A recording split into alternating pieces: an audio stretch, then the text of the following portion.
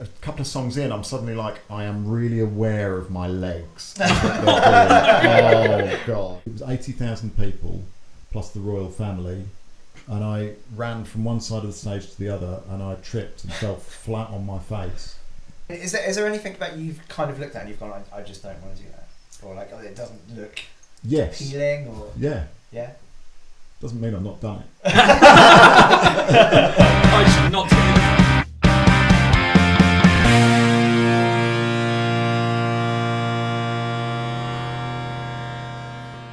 No, I think the it's definitely been not a problem, because that would be massively privileged to say it's a problem. But that was, as you were saying, our connection as brothers is when we'll do something or say something. You don't want to go on the M25, for example. Yeah. We've been saying over and over again because of Harry Enfield. I don't know if you watched Harry Enfield. I did watch Harry Enfield. The famous scene where he's like, you don't want to go on the M25. Yeah. And he's like, I'm not going on the M25. That's good, because you don't want to go on the M25. It's good stuff, but the problem is when I say that to my partner, who's only a couple years younger than me, really, we're the same generation. Yeah. And I said, oh, we're driving up and we're going to film this podcast and we're going on the M25. And I went, you don't want to go on the M25? And she went, why not? And I was like, do you know what? It doesn't matter. Because it's not worth going through this. At that moment, go, no, absolutely. Right. We're not going out. Sit down. We need to watch Harry Enfield now. Absolutely. We need to catch up on hate decades it. and decades of TV. Yeah. I tried to make her watch Blazing Saddles, which is one of the classics, right? It's one of the I think one of the funniest films there is. Sure, it's a bit outdated. She was stoic the entire way through. Yeah. And then it ended, and she was kind of like, okay, that's that. And it broke my heart a little bit. Because I was like, well, that just made me cry laughing. Have you thought about leaving her? Yeah. Well, he's getting married to us. Oh, right, good. Big marriage coming up. One or the other. It goes either way. Yeah. Purely for tax benefits, I think being one of those guys that's just miserable really suits me. Great. I'm excited for it. I've got the whiskey on the shelf. I love that for you. Thank you. It's good, isn't it? It's good stuff. Amazing. Well, I think it's probably worth an introduction that we're currently sat with Dan. No, we're currently sat with Ben from Indiana. No, we're sat with Jimmy Sims. Hello. Worldwide bassist, I would say. Yeah. Worldwide phenomenon. Oh, Saturday. We're really excited to have this conversation. I'm excited to be here in my house. Yeah. Thanks for letting us in and just essentially ruin your kitchen. That's all is right. what we've done. Pleasure. But thank you for coming on. How are you? I'm You well. good? No, I'm doing good. I'm happy. It's a Saturday. The sun is not out, but my cup floweth over. It's close though. I think it's a nice day. I think it's a typical British day today. It feels like the best that April could offer. Yeah, it feels like it could rain, but it also could be beautiful, sunny blue skies. Yeah, something's going to happen. Who knows? I think, and that's the problem in it, because maybe 2 or 3 days ago I took Gunther out for a walk in a hoodie, and I was like, I don't need my coat, and I was boiling in my hoodie. Yeah. And then the next day I went out, and it was horrible, cold, miserable. So I'm not a fan. It needs to be one or the other. I do know what you did. Yeah, it's not great for and you'd think we'd be used to it by now, but it's not great for the knowing exactly what you're going to wear. I've been out to a museum with the kids, like a sort of outdoor aerospace museum up in Coventry, and with I took like a body warmer thinking this is going to be fine. Yeah. Honestly, it was like the chill wind beast from the east, sort of Siberian. Yeah. And I think that's why, whenever Americans come over, right, and it could be a beautiful sunny day, and you tell them, make sure you take an umbrella. Yeah. And they're like, what are you talking about? And my mum always used to. She is still.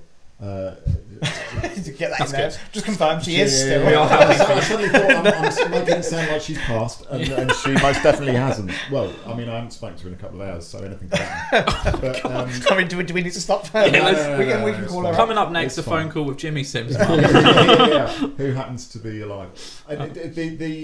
She always used to say, well, we are an island at sea.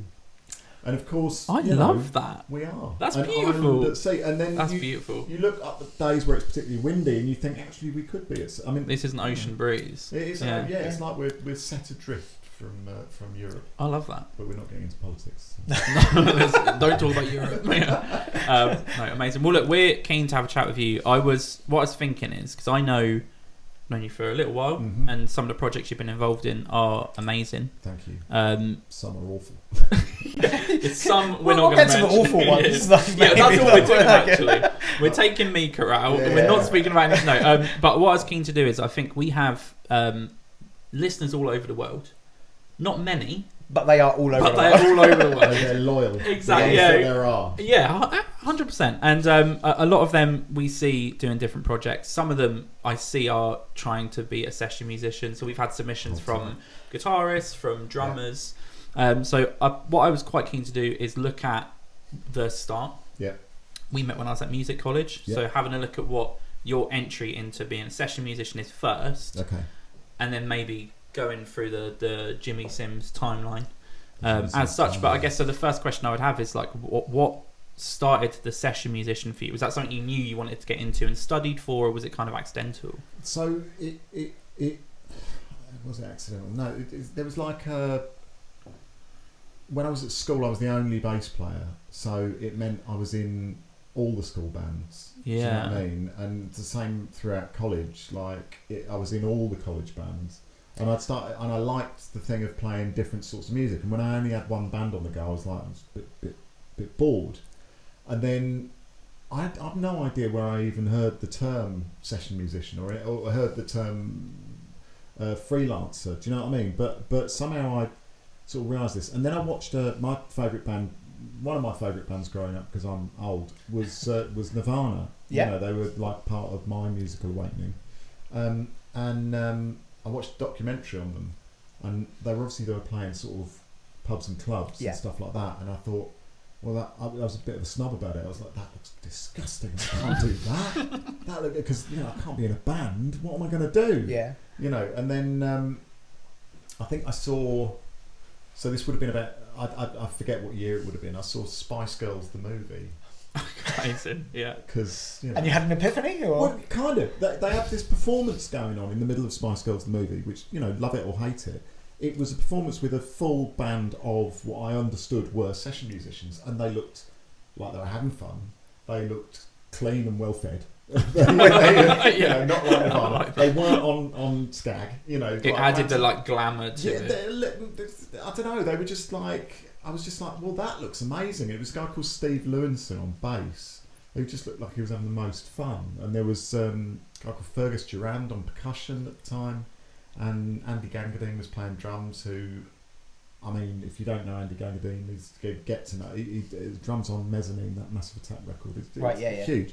And it was just, I don't know, that sort of somehow appealed to me more than being in a band. If that a proper grungy. It's kind of flipped recently. I've been talking about the idea that why I feel like I'm good at my job is because what I think I do with any artist is join the band, is to go in both feet. I'm not just floating around. I'm there. Let's do it. We're in the trenches. Come on, let's go. We're not in the trenches. Do you know what I mean? I get you though. Yeah. There's definitely a really rare, and this was one of the things I was interested in, is whenever I'm in a band, we have a little project at the moment. We're playing little gigs and trying to build that up. But there's this like camaraderie. There's a really rare thing about being in a band where you're unified by music. Yeah. And the people we're in a band with are so different from us personally. They definitely didn't watch Buster Keaton and Harry Enfield. Our drummer's from Iran. Our bassist is she's played bass at her Christian church, and she's now gone into this. But it is a huge unifier. So I was interested in, do you find that with all of the projects you're in, or are there projects where you turn up and it is really more corporate and official? And I mean, yes, like because I will do corporate shows, and I will do that sort of side of things, and so I'm not trying to take what you're saying quite as literally as this. But in corporate stuff, yes, it can totally be turn up, play the songs, turn up. Here's the do for some strange faceless company. Don't ask questions. Don't ask questions. For God's sakes, don't ask questions how they make their money, and no, do ask questions. Yeah. But no, for the most part, musicians that I've met, kind of. I don't know. There's just because music is essentially a way of communicating with people. It's a way of sort of talking, it does feel there is a camaraderie, and touring as well. You know, there's definitely a camaraderie with that. You know, Sure. you run away with the circus, and that's Yeah. that you're there with this group of however many people, you know, and you're all sort of in it together in a funny kind of way. So yeah, it's so I find I still do get the camaraderie where I look for it and where I want it. Do you know what I mean? Yeah. I'm sure there are times it's not there, but for the most part, with you know, If you're turning up for one show to play, that's a lot different than... totally. But I think that would be the same with literally anything. You know, Yeah. if you're just doing something for one day, then why would you? Yeah, no, definitely. And in terms of like sort of like what you decide to do or whatever, like from, you know, project to project, is there like you know, like how does that happen? How does that come about? Is there like do you get approached, or is there an agency you go through? And is there like a sort of decision making process on your end as to whether you want to be part of that project? Or So it always used to be when I was starting. I moved to London in the beginning of 2001, and there were a lot of agents. Yeah. Right. So this is how I started, which is not a feasible way anymore for reasons I'll explain. There were a lot of agents kicking about, but that's because there was an awful lot of TV shows with music on. right. And TV shows with music on where they didn't necessarily want you to play. Yeah. But, you know, your Top of the Pops, your CD UK, SMTV, you know, all of this sort of Saturday morning stuff was amazing because there was so much. You could do 2 or 3 TV shows in the morning. Right. Okay.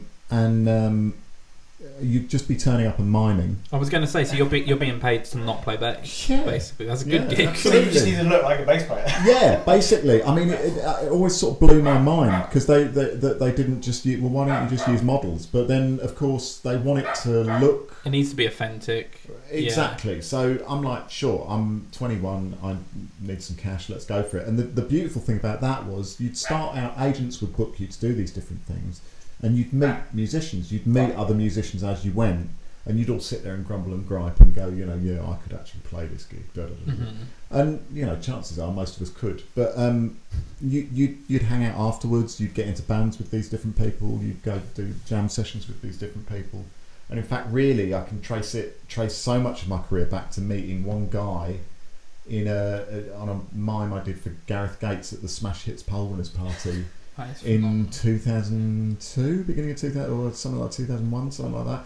It was Gareth Gates, I think. Yeah, that's about right. Yeah, it's about right. A couple of years. Yeah, and we did I'm this 7, mime. I love it.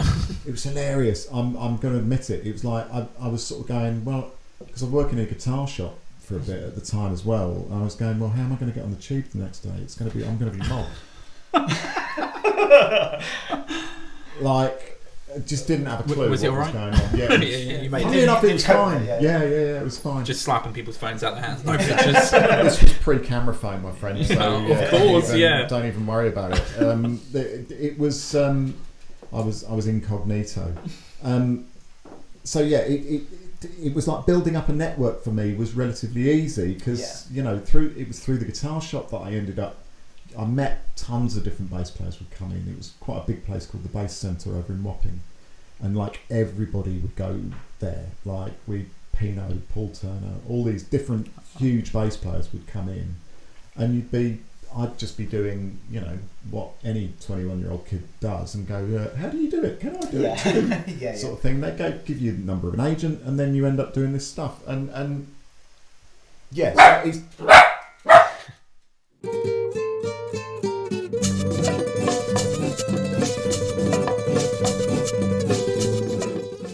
So today it's much more sort of social media based and much more Instagram based. I know people get gigs through that sort of thing, but I mean, well, for me, I say luckily because I think I'm not so hot on that.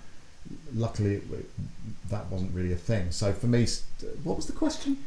Just kind of like how you got into it, but then also how do you go from one project to Right, another? right. So going from one project to another is exactly the same as I've spoken about. Generally, it's like, say you're in a project.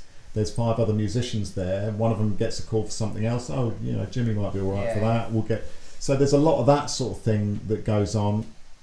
There are still agents that do it, and there are still, you know, there's been a thing recently with sort of musical directors will set themselves up as they'll offer the whole package. Put together the front of house people, put together the backing tracks, put together the players.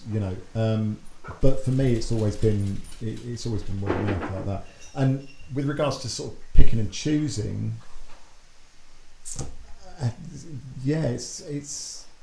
it's not as if I'm batting away phone calls all the time. Mm-hmm. So it's very rare that it's probably sort of 2 or 3 times in my career you've had to sort of go, which one of these things do I want to do? So things just line up. Yeah. Everyone's other than that, I've time. been really lucky that things have lined up sort of one way or another. It's a honey basis. But also, it's there are projects that I turn down because it's like, this is not what I want to do. But when you get to you get to a level of touring and whatnot, and it's like, I've got a choice between not sitting at home, not earning any money, not going anywhere, or this lot are going around Europe, this lot are going around America. I can go and do that. Yeah. That's does that make sense? Oh, I would play any genre for that experience. Yeah, and probably. Even on a cruise? Sorry. Even on a cruise? Oh. I've turned down cruises. Somebody offered me a cruise the other day, and it was like, I got a message on Instagram about it. I'm sure it was a spam thing, and it was like, we're going to offer you $1,000 a month to be on a. That's. I was like, are you kidding me? Even before converting that across, I know. that's not brilliant, is it? I know, but convert it across. And then I was like, actually, I'd rather do it for free. I'd rather you just said, come and do this for free. Instead of insulting me. Listen, I'll do stuff for, I'm not the most expensive bass player in the world, but anyway. No, cruises. It's a different game, isn't it, I think? Yeah. I don't think if you're... I don't want to disrespect... I know people that do cruises. And I don't want to disrespect them either. People suit them that do them. But I don't think they're musicians that want to make music and have creative input, and you're not building a fan base. So it's that question of what do you get out of it, and what you get out of it is a 9 to 5 music job. It's an experience. You get to play music, and you don't have to work in an office or a good mate of mine did one when he was a lot younger. He's a drummer. He did one, and he said it was one of the most fun experiences he's had. But he wouldn't do it now, and he wouldn't have done it again. Mm-hmm. Do you know what I mean? The thing for me was always, I'm a bit of a commitment phobe, so it was the idea of committing to something for 6 months, or and taking me away from whatever else I was doing. Kind of felt a little bit. Don't be tied in for 6 months. Yeah, exactly. Potentially missing out on big opportunities. Totally. Totally. But full respect to anybody that does do that. That's what they want to do. 100%. And then they're usually quite heavy, aren't they? It's like you're going to play 4 hours a day, X amount. It takes a certain sort of person to. And the other thing about it is that we should touch on immediately is like, all I'm going to be talking about is my opinion. It's not fact, and it's not the truth. And welcome to the show. Oh, thank God. That's a big disclaimer for us because we speak nonsense on this. But like some people, that's them, and that's what they do. And man, go and cook. Go and enjoy it. Absolutely. 100%. To jump back then, so I know you mentioned at school and at college, it was you were the bassist, so you jump in all of those, and you mentioned going on the shows and doing the miming and all of that. But do you remember was there one standout booking? Was there one tour that got you from going on talk shows and things like that to being a musician that can go around and tour with the likes of Mika or George Ezra or whoever it might be? What was that step like for you? So there was a few sort of standout moments, I suppose. The thing that got me out of working at the guitar shop, not that I didn't love it, I loved it, but I got into a band who were signed to Ireland. They were called Rushmore. We didn't manage to make a record, but they were doing bigger things. So it was like, oh, we're going to this place Conk to record. This would have been 2005, 6, 4, so 2000 something. Yeah. And we're going to Conk, which is Ray Davis's studio up in Crouch End, and I met this producer, Craig Sylvie, and he was working with Magic Numbers at the time. And I met a guitar player called Ben Parker, who had his own songwriting career and had been in a previous band. The drummer we were using was Damon Reese from he was in Echo and the Bunnymen and then Spiritualized, and he was doing Massive Attack at the time. Right. It was just, and I was like, wow, this is sort of taken a step up. Like, if I'm socialising with these people, if I'm mixing with these people, then this is good. The first sort of the other like my first time on a tour bus, you know, that would have been 2007. That felt like a sort of step up as well, you know. But it's who was that with? I was depping for Matt Willis. Okay. On his solo career, he was in Busted, who I loved, and then he did a solo record, which was pretty amazing. The dog is attacking the cat. It didn't do as well as he wanted it to, but it was a brilliant sort of pop punk record, really really good. And I ended up depping in a few shows for him. Amazing. So yeah, I think for me the sort of turning points has always been when you end up depping in on something, you know, filling in for somebody on something, and if you manage to nail that job, if you manage to do the best you can and get it right, then usually stuff sort of starts coming back from that, if that makes sense. Yeah, of course. That makes total sense. Noodle, please don't kill the cat. I think the cat will win, to be fair. I think the cat doesn't really care. Noodle. Oh, Noodle's coming up. Yeah, no, Amazing. Noodle can't come look up, at that. yeah. Second animal appearance of the podcast. There you go, that's Jasper. It's Jasper. I love it. Phenomenal. And when did... I'm interested... I know your involvement with Mika on tour ended up being quite like a long relationship. You were fairly involved with that? 2 and a bit years, maybe. Amazing. 2 and a bit years, I think it was. How did that come about? So I was doing... I got the call to do a girl band called The Saturdays. Oh, I love The Saturdays. That was a lot of fun. I did 3 tours with them. See, again, this is what I'm talking about. Is like with The Saturdays, that wasn't really my kind of music, girl band stuff. That's not going and playing rock bass. No. But you know what I managed to do was, you'd sit there and you sort of go, well, actually, I'm getting to play a lot of synth bass, a lot of keyboard bass. That's why I got the gig, because I play a bit of synth bass. And it was like, I was really into Depeche Mode at the time, really into Yazoo, all the Vince Clarke stuff, Erasure and stuff like that. And I just sort of reframed it as like, I'm doing synth pop. This is cool as hell. Yeah. And so I had a blast doing it. That's amazing. And I like to perform. I like to dance about and jump about a bit, you know. And the musical director was a guy called Mike Stevens, and he was looking after Mika at the time. And they were talking about moving on this other bass player that they'd had. And he knew that I liked performing. Mm-hmm. Mika obviously wanted at the time people who perform. So I got the call to go and meet. Amazing. So I went and met him. We got on, although because of the way that worked out, it was like, I think it would have been end of September 2009, and it was like, okay, you leave for Canada in a week, learn the set, sort of thing. Really? So there was a lot That's of wild. And there's been a lot of that sort of stuff, and Yeah. that does happen quite a bit. You know, you've got to learn quickly. So learning quickly has been the kind of the best thing, the best part of. I guess that's what you need in the arsenal to be able to do it. That's what I was going to say. If I was going to offer anybody advice, I'd say learn to learn quickly. Yeah. You know. That's really good. I think that's really helpful as well. I wanted to ask about Mika because I've just watched. I don't know if you saw the Channel 4 series, The Piano. So you're amazing! Gonna get, that is right in there as well. You're going to get that. It's fine. We can clip that as like an ASMR. Sort yeah, of. that's what he's like. Yeah. That's what he's like. But unfortunately, he's here now, and that's that's great. That's great writing. That's going to happen. Yeah, I don't know. Did you see The Piano on Channel 4? No, but was he involved in it? Yeah. Right. So it was. Is it? I don't want to get his name wrong. Is it Lang Lang? Is that the pianist? Lang Lang. I think so, right? I am going to go ahead and not opt out. Pass. Because I want to say yes, but then I also think, isn't that a famous panda? Or is that Ling Ling, the panda?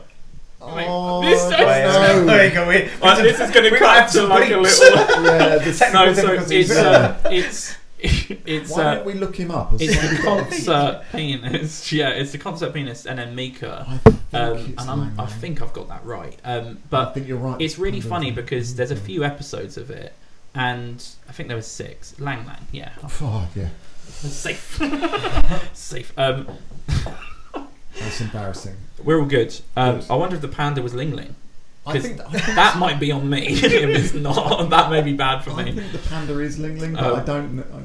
Hey, great clickbait. If Jimmy Sims never plays bass again, hold on, we cancel. I don't like that. No, so it's Lang Lang and Mika are the judges on it, and a really interesting pair, right? And at first you're like, I don't know how this dynamic's going to work. They were absolutely brilliant. Yeah. But the thing about Mika I found was that he just seemed really unintentionally funny, and do you know what I mean? Like, he's not someone who's trying to make a joke, but everything he said seemed just so funny and entertaining. I just wanted to ask, was that your experience with him? Because on stage he's very, I think, to be that sort of performer you need to have this really big grand ego, and I mean, ego's not the right word, but the right character to be able to do that. So I was interested in what he's like, you know, what that working relationship was like. There we go.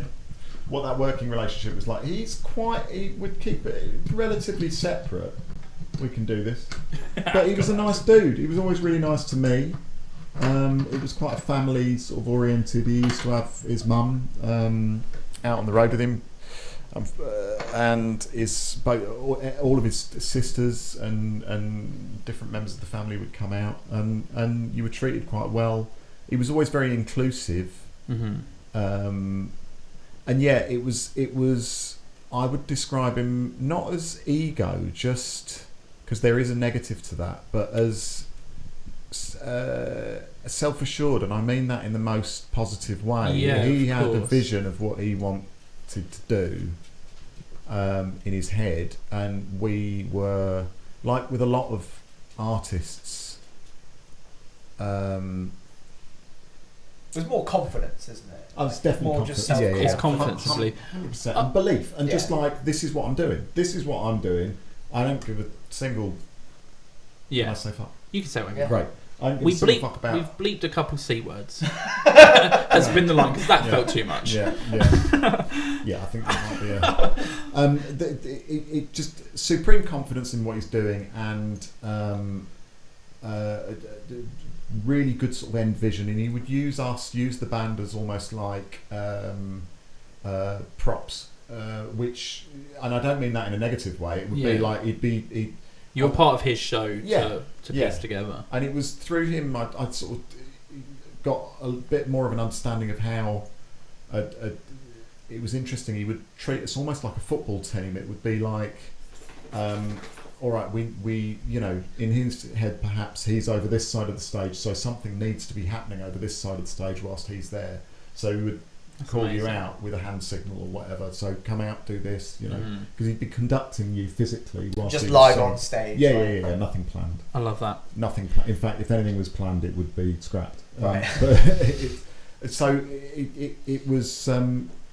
He's a super interesting dude. Super interesting, really clever. I would say as well. I know you're spot on to say that ego comes with quite a negative connotation. Yeah. I don't think. I always use that sense.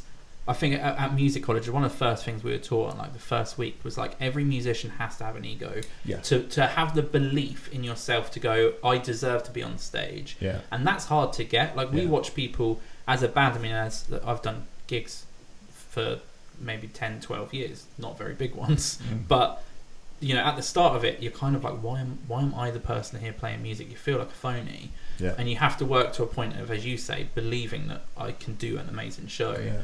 But what you're describing now, it kind of reminds me of, I don't know if you've seen there's a documentary called This Is It, the Michael Jackson. Yeah, I've not seen it, but I do know it. It's obviously tricky. It's tricky with Michael Jackson, but you watch the documentary though is really fascinating, because it's what you're saying of he had perfect control of everything. Yeah. So if one thing was out of place, he knew. He knew about it. It sounds like Mika maybe did that in a more personable manner than what you would see on the Michael Jackson thing, which gets really uncomfortable. Definitely no comparison there exactly. at all. But no, I watched that actually just a couple of weeks ago, like the piano, and it's a really good show. It's very any of those like what they call talent shows Yeah. all have the same thing, right? Which Sure. is like, this person can play piano, but who's dead? Who's, do you know yeah, what I mean? where's the story? Where's the story? Yeah, Where's the yeah, struggle? yeah. And it is that. So you Yeah. watch and you kind of, there'll be like an amazing pianist, there'll be an amazing singer, there'll be all of these people, and then there's one that's like, here's the story, and you're like, okay, I have a feeling they may win this episode. But it was really good, and I just thought Mika was really interested in that. What I would say about what you've said about him being unintentionally funny, and my experience of him is, if you're finding him funny, he knows he's being funny. Really? Yeah. And he plays into it. Yeah, That's that's what I would say. Even if anything that you think is unintentional, no, everything. It's like Buster Keaton or Charlie Chaplin. Any of those movements were incredibly deliberate, thought out, and I would say the same about him, and I hope he wouldn't hate me for saying that. But the interesting thing about ego, I think ego without self-belief is quite a painful thing to have, because it's like, why is nobody looking at me? I'm amazing. But if you don't have self-belief grounded in reality of what's going, then it just unchecked. I've often said this about musicians. A lot of musicians, and this is not Mika, but a lot, and I include myself in this, is huge ego, tiny self-worth. I am the centre of the universe, and I'm a piece of shit. So it's like, it's almost this like fragile balance to make sure that. Yeah, I think because I've always like spoken about this a little bit, but you've got to have a certain amount of like self-confidence, ego, to be able to get on stage and play music in front of people. Yeah. But then I've always been on the kind of opposite side of that, where like I hate talking about that I'm in a band. Like I never intentionally like bring up that I'm in a band or that whatever. But how sometimes conversation just flows there. Yeah. I think it's the douchiest thing in the world to say those words. I am in a band. I don't know. I think the podcast now. Well, I have a podcast. I think it's just but one that's the same step sort of above. thing. It's like I would never, ever just say casually. Have to you someone mean you've never said I have a recurring yeast infection? Because that's worse. Well, I think I would be more comfortable with that. I was going to say, I bet you would say that way easier. I've got a weird rash on my foot. That would be easier for me to say, just to self-advertise in that. Well, it's difficult because it then leads a load of other questions, because it's like, I am in a band. All right, okay. Well, you can't just leave it there. It's like, then all people want to know is essentially, how successful are you? Yeah. How big is your last show? Yeah. And then you've got to either sit there and go, I just played to 80,000 people, in which case you sound like a douche, or you go, I just played to 8 people, in which case you sound like a douche. Yeah. But then it's also as well, we've spoken about it before, but like the barometers of success are just so totally. One, they're different to every person you speak to, but they're also often so skewed. Yeah. Because there's some people that like success is when I'm playing at Glastonbury in front of 100,000 people. Sure. But then there's some people that like to success, it's just regularly having gigs where you might be playing to 100 people. Yeah, getting a cruise ship gig. Yeah, exactly. Like playing Disney songs for 3 hours. It's one of those things where I think that's part of why I hate speaking about being in a band or whatever, just because to me, I'm not like, I don't really care like how many people are at our next concert we do. I hope there's like more than one. Yeah, more than one. Maybe around 20. But if there's more than that, that's great. If there's way more than that, maybe a bit scary. You guys as brothers are very, very lucky, because me, it was my mum and my dad would turn up, whereas of course you, having 2 different dads, you would have your mum and 2 dads. 2 dads. So you're already a third up. Yeah. It's a good point. It's a great point. I was going to ask as well, so in terms of going from that, playing all of these different shows, do you still get nervous? Are there shows that you play that can get kind of the blood pumping? I'm sure you get adrenaline, but do you feel nerves before a show? Well, because for context, what's the sort of like the biggest band you've played in front of? I did the Jubilee. Okay, so that's probably one of the biggest crowds. With Jubilee? With George Ezra. Oh, of course. Yeah. Oh, amazing. Yeah, that was like a record, wasn't it? I think I was one of the record attendants, and you see the shots of the crowd. It's just record for the amount of poop in my pants. Yeah, okay, that one is fair enough. No, I mean, you get a wrong note there. It's the royal family. You get beheaded. But again, no, because I'd spent. We did Glastonbury with George. We did Finsbury Park. That was 41,000. Yeah. But we've had so much rehearsal. We've been doing it. I'm sure it goes back as well of the self-belief in the product. Yeah. Like you know, you've got the music, you've got the performance. Yeah. I've seen lots of videos of George Ezra performing. It's always amazing. So but also it's not. I don't know. Like it is my ass on the line, but at the same time, it's like I'm not the headline here. No. It's not my name on the ticket. It's very different being in your own band. Yeah. And I wonder whether that I would still have nerves doing that. Like I write songs myself. Do I play them to anybody? Absolutely not. No way. You know, I do still get nervous. I tend to get nervous during the performance rather than before the performance. Really? Yeah, I'm so used to the idea of I'm about to go and do something. Do you find so that when you're getting nervous, is that you becoming like self-aware or snapping out of the moment? Very maybe self-aware, very out of the moment. Yeah, because music's always for me been a really meditative state, where you know I can't concentrate on anything else. But then we found it at we played the O2 a few weeks ago, and we did the first London show night with George, and I was a bit like. A couple of songs in, I'm suddenly like, I am really aware of my legs. Oh God! So you got to then talk yourself around and sort of go, no, get back into the music, get back into the Zen place, and you talk yourself around you back into it. Yeah, but it is one of those things though. It's like because you can do all the rehearsals you want, and you're like, yeah, I know our set inside and out. I'm ready. But then it's like you don't think about stuff like. What am I going to do with my hands, or what? Like, am I going to bob with the music? This is why you've got to dance in rehearsals. Yeah, that's a great You have point. to dance in rehearsals. You've got to. Like, I'm not saying do a full performance, but at least feel the music. Move 100%. From leg to leg, walk about a little bit, feel how it feels to move with the. My number one tip to anybody playing an instrument is. Or playing a guitar anyway, playing a bass is practice standing up. Don't practice sitting down. Yeah, it's totally different. Yeah. Unless you're in, you know, and they'll know us by the Trail of the Dead, and you're gonna sit down. Yeah. Then it's like, well, you know, you got to do it in the right. I think that's something I like because part of the band that we're in is I had only really started playing guitar as we started playing that, like as we started rehearsals. I mean, that'll do you for nerves. Yeah. So I was pretty nervous. But that's one of the things I learned early on is that you just cannot practice your songs or set sitting down because it's crazy how different it is. It's very lame, but you need to stand. In your bedroom, and it always feels a bit weird as well when you're in your bedroom or whatever, wherever you are, just stood up playing. But that's definitely great advice. And I was always super nervous to begin with when we first started gigging. Like, I'm gonna hit a wrong note, or I'm gonna make a mistake.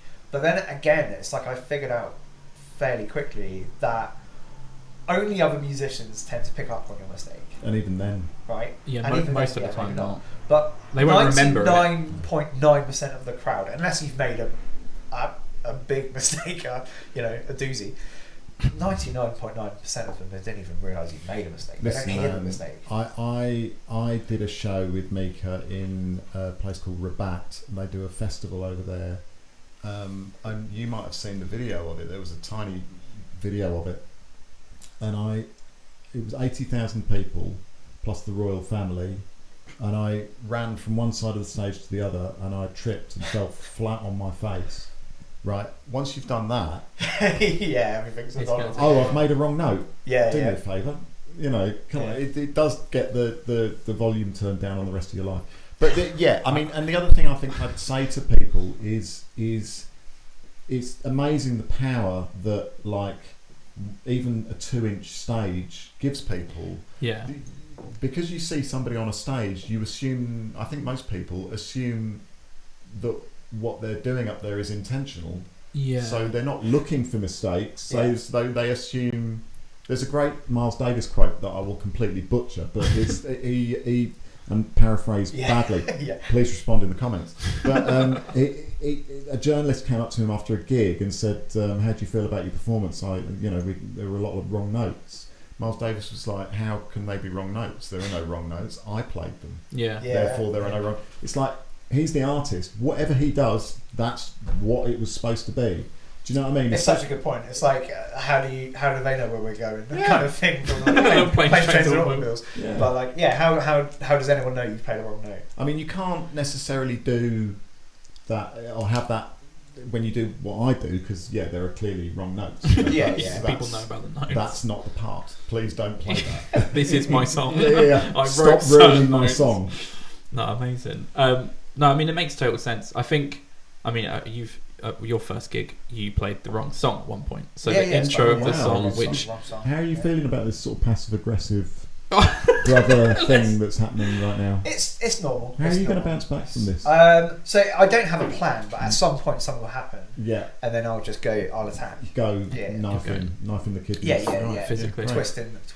Okay. I think there was a natural point to... I put out some questions, and actually my partner asked quite a good one. So I'll put the platform forward. But I think we always speak about what performance is in music and how much it's evolved. It used to be...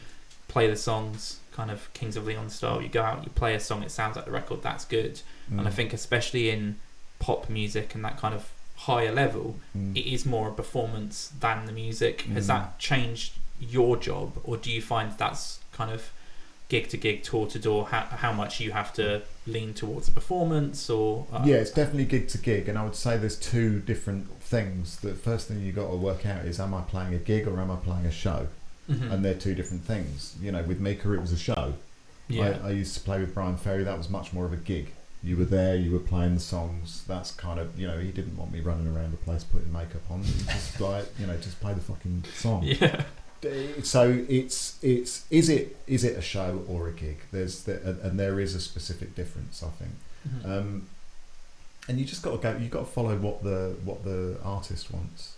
For me, I've never been the artist myself. It's going to be different for you guys and different for people that are in bands, because it's like, well, do we want is there a visual aesthetic to this, in which case is it potentially going to be more of a show? Is there not? And is that okay as well? Do you know what I mean? Yeah. And I suppose you got the same thing these days with people. Are you going to be using backing tracks to try and make things sound as much like the record as possible, or are you going to treat it as a totally separate art piece, which is equally as valid. It's just about making a conscious decision, I think. What was the question? No, that's good. It was about performance. I think we've had it before. We've spoken a few times about it, where we've played a gig that went really well in Reading, small gig, little kind of maybe 100 people there.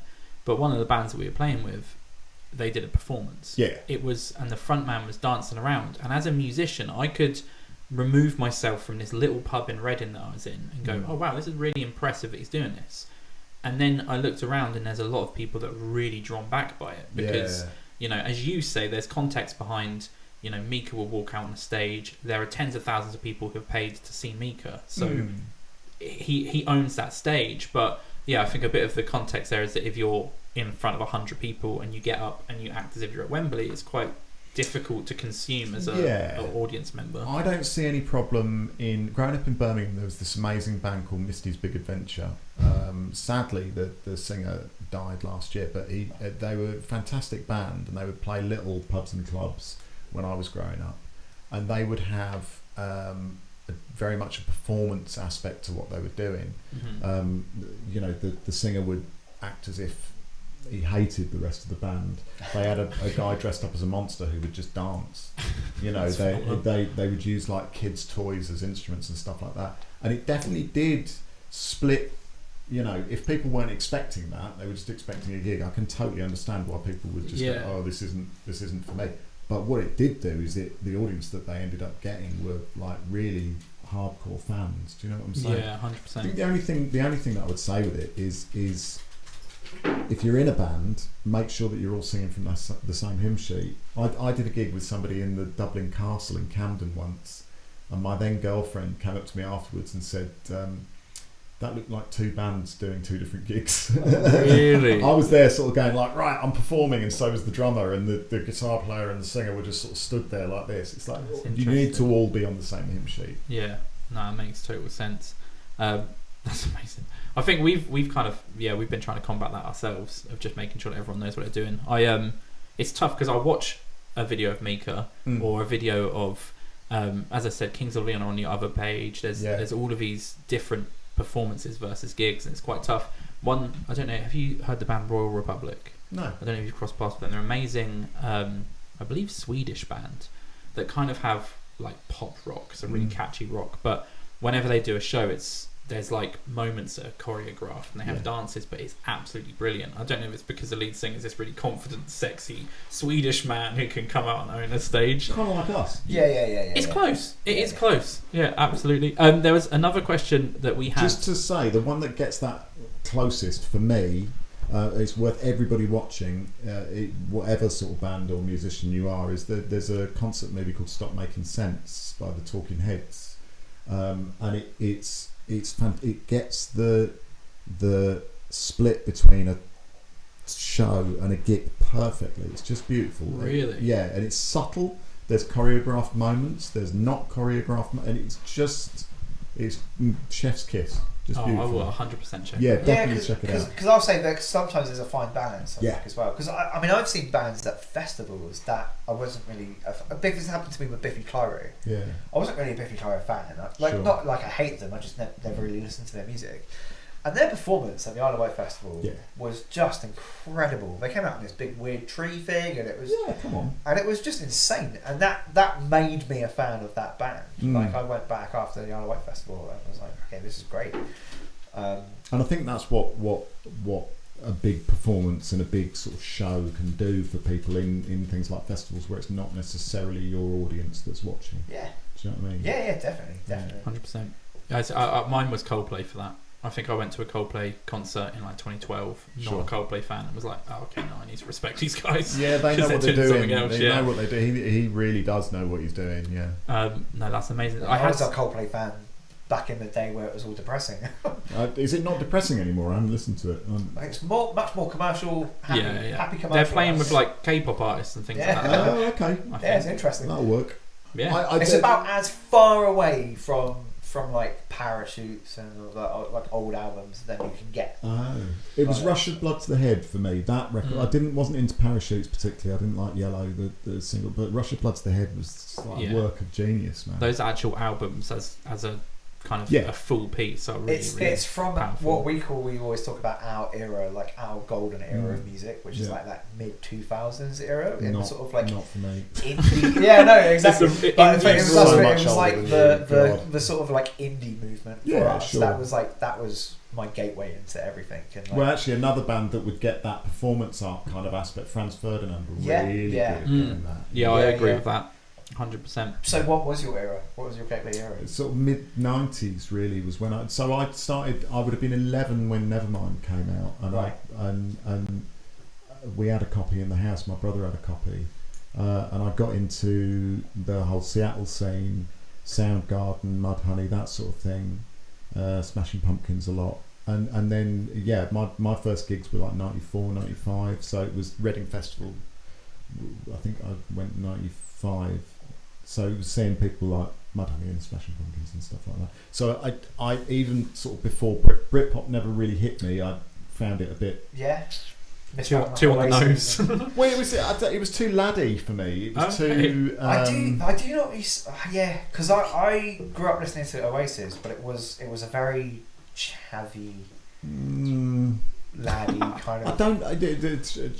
I find the term chavvy a little problematic because it's like the connotation is it's music for the working class or poor people. Yeah, and I don't think that was necessarily true either. But not at all. I think for me it was like. The way that the sort of navel gazing Seattle scene kind of spoke to me, the sort of aggression and self, it was like an inward looking music, whereas that was very much pints and hanging out with your mates. And that never quite hit with me. Yeah. No, that's understandable. It wasn't heavy enough either. It wasn't heavy. Not well, you got like listening to Nirvana. Yeah, come on. It's like, where's the Slayer? I was listening to It's weird because I went backwards. I started like my gateway into like hard rock and roll was Red Hot Chili Peppers. Right, yeah. And then I kind of I just think went. so many people. I moved backwards from Yeah, that yeah. into all of your Nirvanas and Yeah. and then like started listening to like Metallica and all that sort of Yeah. stuff. But it's just Soft- I softest always taste get in really music. fascinated into people's gateway into music. It's just always Mm. really fascinating to me. It was very much. It was. I was. This sounds really angsty, but I was an angsty teenager, and Nirvana had a song called "Stay Away," Yeah. where, and it just lyrically everything. I was just like, "Yep, that's me." And the Mudhoney had a song called "Touch Me, I'm Sick," and again lyrically, just like I was just like, "I'm in, sold. These guys are talking to me." Whereas baby, I'm a rock and roll star. Yeah, so when you put it like that, it's a very good point. Yeah, I want to live forever. It's like, well, get over yourself.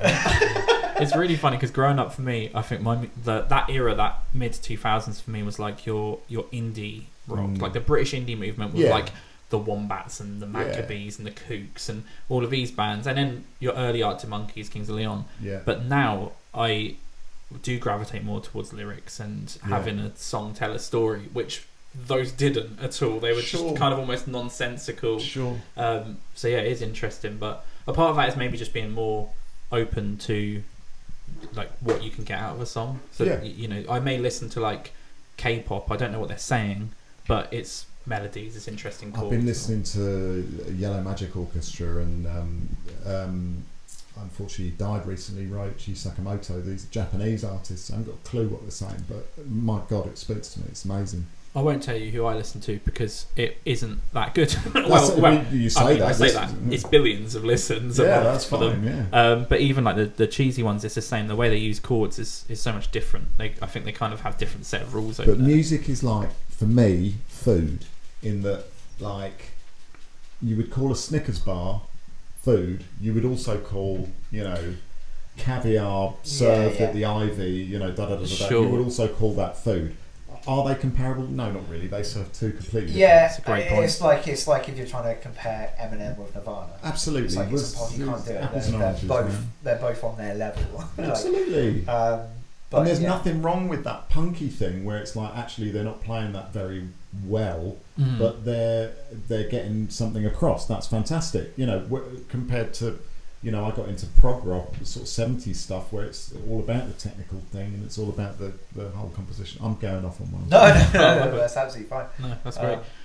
We're close to I guess time. There's a couple quick questions. Again, feel free to. Sorry, I will not bang on about it. You're absolutely fine. I was interested, and actually there was a email that was similar, alluding to it, and I wanted to phrase it the right way. But for a session musician, obviously you have the CV to get people calling up and booking you.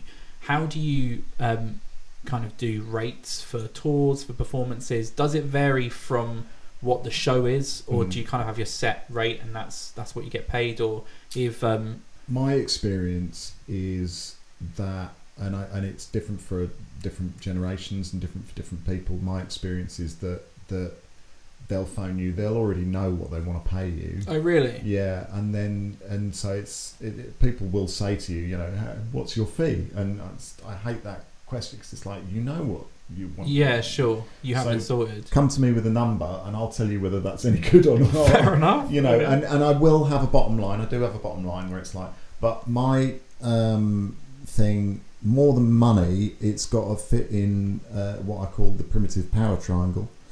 Which is, imagine a triangle with fun, money and opportunity at each side, and it's got to fit somewhere within that thing. So yes, there is an amount of money that will get me to do it even if I absolutely hate it, and everybody has a price, but there's also an amount of fun that will get me to do it even if you're not paying me, and there's an amount of opportunity that will get me to do it if it's no fun. And do you know what I'm saying? I sort of have to have that. Because I deal with all sorts of different artists. Some artists are touring with huge budgets, and some, unfortunately, are not. But that doesn't mean that I don't want to do their music. And as much as this is my living, I want to make money doing it. It's like I said to you about podcasting earlier. If I was in this for the money, I'm in the wrong job. Do you know what I mean? Yeah. So it's got to have a bunch of different stuff. And that makes total sense. Are you asking me how much I charge? Because I'm not going to tell you. Definitely don't give me the number. That would be bleeped. I think that may be a bit too on the nose. £20. Yeah. Oh, there you go. Okay. That's good stuff. What if one artist right now, so someone who is active, if you could lock in someone to phone up and say, look, come do this tour with me, is there one artist that would be like the dream tour for you? I am going to sound really trite, but I'm really so happy with George. Is it George Ezra at the moment? Yeah, because I mean, as a bass player, you get to do some amazing stuff. Some of his bass lines, Shotgun, get to play fretless bass. Who gets to play fretless bass these days? Yeah, that's true. You know what I mean? And he offers an amount of creative freedom to me that is fantastic. I get to sing loads. That's great. I think as much as it appeals to a lot of people, and some people think of it as sort of, it's. Sorry, I forgot there was a mic there. I'm so happy I was on the wide. That was amazing. Some people might not like it, but and to me, it's like it's got a mass appeal, and that's fantastic. But also the guys releasing singles with lyrics like "My, what a terrible time to be alive if you're prone to overthinking."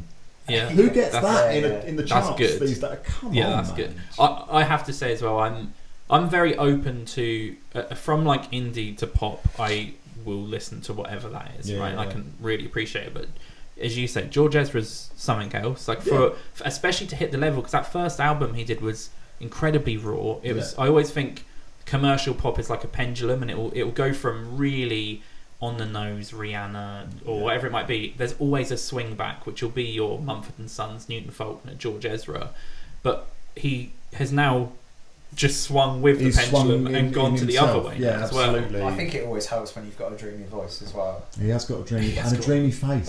He's got the triple threat. He's such a dreamy bass player. He has got that. So I am super happy with George. If you're asking me who I've always loved, I love pop music. I would love to do something like Pink. That sort of thing, because she puts on a show that is a proper show. Like a circus show. Pink's one of those ones that when we were growing up, you never said you liked Pink. No, of course not. When you become an adult, you then like, I've always liked Pink. But you're asking me who would I want to work for. You're not asking me who do I listen to. No. And I'm not saying I don't listen to Pink. I'm not saying that, and I'm not saying I don't listen to George. I actually do. But the fact is, as doing what I do, it's that sort of big pop show that I love. Mm-hmm. I love it. I wish that I don't know who else could God rest his soul before he died. The S Club 7 going out again. That would be a fun time. Very sad, but like some of their tunes, like how much would I like to play the bass on "Reach for the Stars"? That'd be great. I always feel like it's probably similar with someone like Scissor Sisters. Oh, don't even. So good. There's a video of them. I think it's at the Grammys or maybe an MTV Awards of them playing I Don't Feel Like Dancing. Right. And it's just one of the best performances I've ever seen of anything. Very very Freddie Mercury, very Mika-esque. They come out and he's in an outfit and there's a lot of stage props. Was it Jake Sears? Jake Shears. Shears. Close. Yeah. No, they're amazing. I'm glad that we got an answer. I'm glad Pink came as well. So you're locking in someone that you can play with. You did the same. I can say all the other stuff, and it's true. I would love to be working with somebody like a sort of D'Angelo figure. I would love to experience that sort of thing. I would love to experience being in Self-Esteem. I think is amazing. Mm-hmm. I'd love to work for her. Unfortunately for me, she's got an amazing bass player, so that's good for her. Beck is another one of these sorts of artists. Mm-hmm. It's but then also I these are sort of bigger career moments that I would want, but also that said, what's the singer from the Maccabees? He's been doing stuff on his own. Oh, yeah. And it's just the most beautiful stuff. Do you know what? I've not. I forget his name, but it's incredible. Yeah, I would need to listen. Please to that. put a subtitle of what his name is. Yeah, we'll put that on the screen. Anytime we've said anything that we haven't given the information to, we'll pop that. Or correcting where we've given the absolute wrong information. No, I love the Maccabees. I love his voice is phenomenal. Yeah, well, he's got his solo stuff. I saw it at Latitude last year, and it was just just incredible. I'll absolutely check that out. So your plug is for or Rammstein. I'd love to do that. Oh, okay, there we go. Yeah, go the other way. Come on. Well, it's not the other way though. It's still a big show. It's just 100% pop show. Come on. I mean, I know they're playing heavy music, but like that sort of thing. No, they put it on.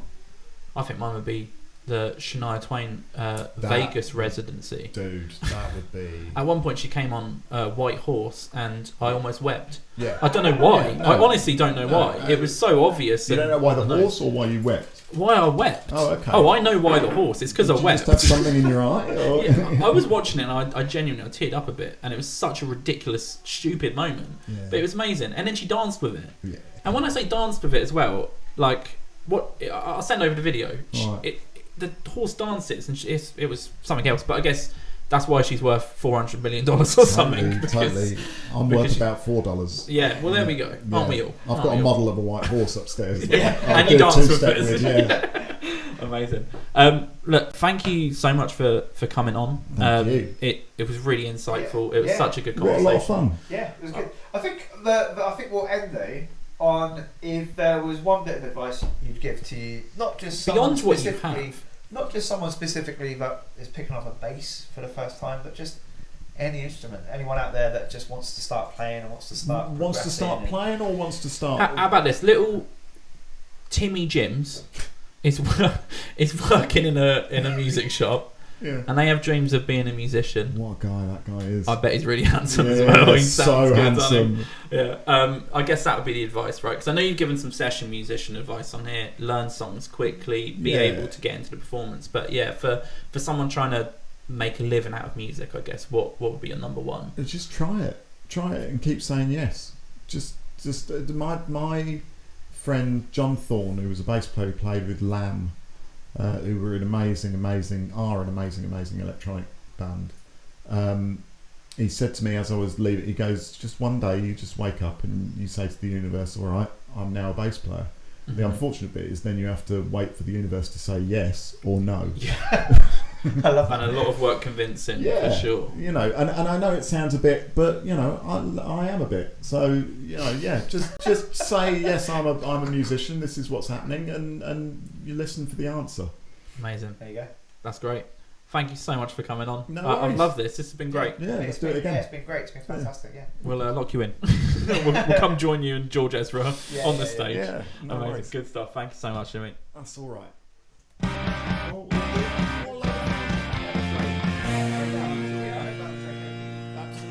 Absolutely. I'm sorry, I got slightly worried about being cancelled.